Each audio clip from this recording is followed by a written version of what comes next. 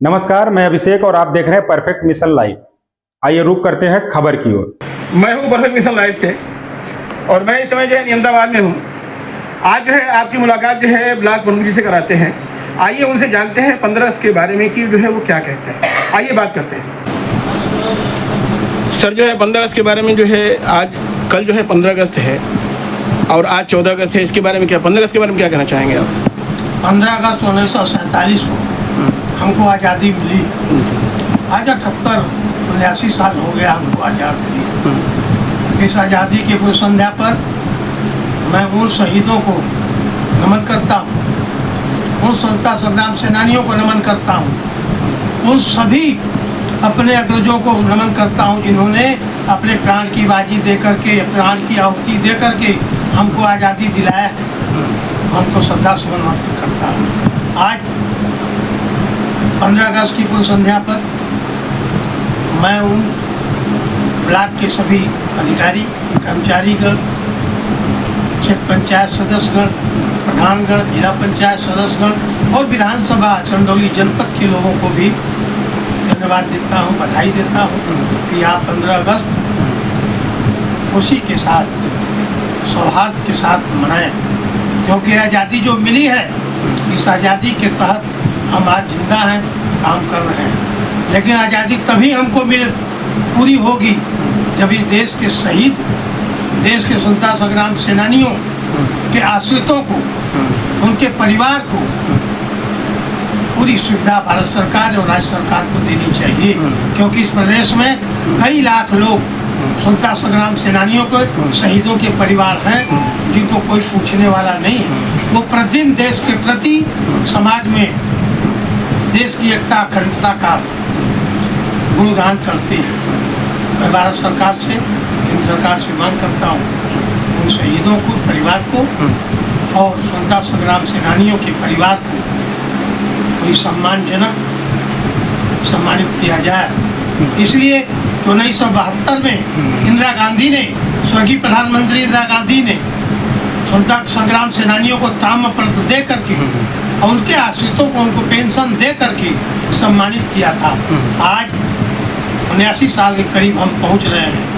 प्रदेश सरकार हो या राज्य सरकार हो, केंद्र सरकार हो, कोई भी इन जवानों को जिन्होंने अपनी प्राण की बाजी लगा करके देश को आज़ादी दिलाया है, उनके परिवार को सम्मानित करने का काम करेगी। मैं यही उम्मीद और विश्वास रखता हूँ। सर जो है जैसे कि आपने अभी एक बात उठाई है, जो लोग जो है देश के लिए जो शहीद हुए, उनके परिवारों के लिए आप क्या चाहते हैं? मतलब जो है भारत सरकार से क्या मांग करते हैं आप? मैं भारत सरकार और केंद्र राज्य सरकार से मांग करता हूँ कि उन शहीदों के परिवार को, उन स्वतंत्रता संग्राम सेनानियों के परिवार को सम्मानित किया जाए और उनको ऐसा सम्मान दिया जाए कि आने वाली पीढ़ी याद करे। आने वाली पीढ़ी जब याद करेगी, जैसे हम याद करते हैं महात्मा गांधी को, भगत सिंह को, आज़ाद को, तमाम ऐसे सपूतों को जिन्होंने जान की बाजी लगा करके देश को आज़ादी दिलाया, आज हम याद करते थे। मेरे सामने तो आज़ादी नहीं, मैं तो आज़ादी में पैदा हुआ हूँ, मैं तो आज़ादी में पैदा हुआ हूँ। लेकिन आज़ादी के बाद जो हमको इतिहास परोसा गया, उसमें इन योद्धाओं का, इस समाज सेवियों का इतिहास हम पढ़ करके तभी तो आपको हम बता रहे हैं कि ऐसे लोगों का सम्मान होना चाहिए, उनके परिवार का सम्मान होना चाहिए। सर जैसे कि हमारे बुजुर्गों ने जो है, जो लोग जो है हमारे लिए जो लोग देश के लिए शहीद हुए, जो है आज़ादी की जो सपना उनके मन में था, तो क्या जो है वो जो आज़ादी, जिस आज़ादी की उन्होंने कल्पना की थी, क्या जो है हम उसी तरह से आज़ाद हैं या नहीं? इसके बारे में क्या कहेंगे आप? 15 अगस्त 1947 के बाद 26 जनवरी 1950 को हमारा संविधान बना। उस संविधान के तहत हम आज जीवन यापन कर रहे हैं जी।